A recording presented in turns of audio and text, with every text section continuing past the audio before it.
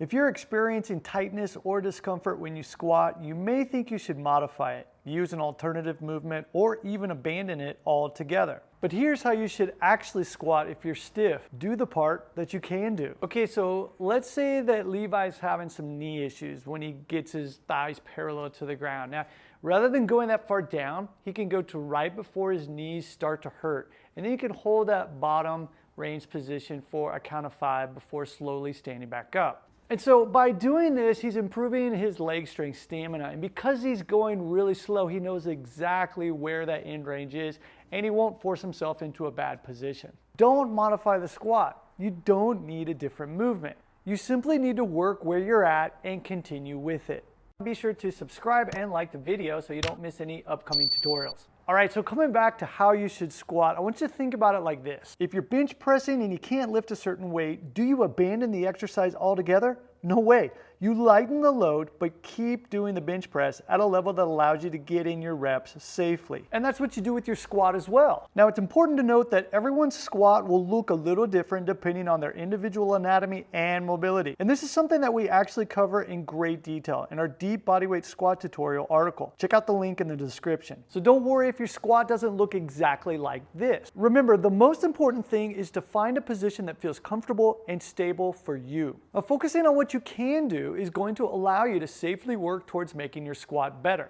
All right, so another example here is you can see that when Levi's squatting down, his knees are caving in. So this is similar to the previous example where what you do is you go to that end range where the knees start to come in, and then you back off a little bit to where you can pull the knees outward. Now might be a matter of actually bringing awareness to what's going on in your body when you're doing this and realizing that your knees are caving in.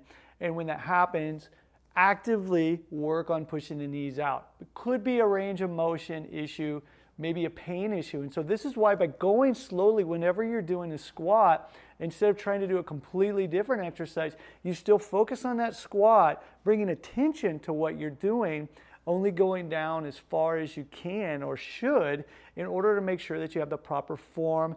You hold that, and then you can work on adding more repetitions done as beautifully as possible to the squat. So in this case, Levi's bringing his heels up off the ground. Now, this is a variation of the squat, and it's not incorrect, but let's say though you want to get your heels on the ground and keep them there. Well, if that's the case, one thing that you can do is you can use something like a chair. Make sure it's sturdy so it doesn't topple over. And you're going to step a little ways away from that chair, placing your hands on the chair so that you can sit back. This is going to allow you to place weight onto your heels. You're going to squat down as far as you can while keeping your heels on the floor. Only go that far down, hold that for a little bit, and then slowly stand back up. Again, make sure that you're using something that's not going to topple over because you will be sitting back.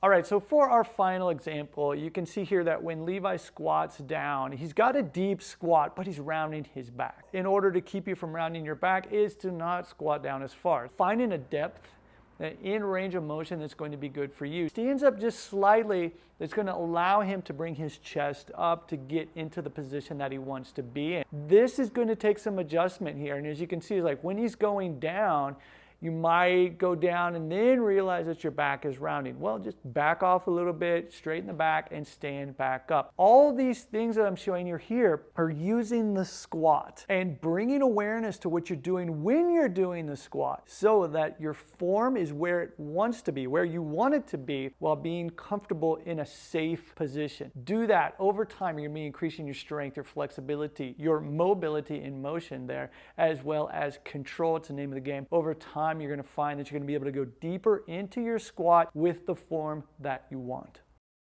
And there you have it. A safe and effective way to squat when you're feeling stiff is to do the part that you can do. By doing this, you can improve your mobility and build lower body strength without compromising your form. Let me know what you thought of this video and if you have any questions. And be sure to check out the deep bodyweight squat tutorial article, link in description.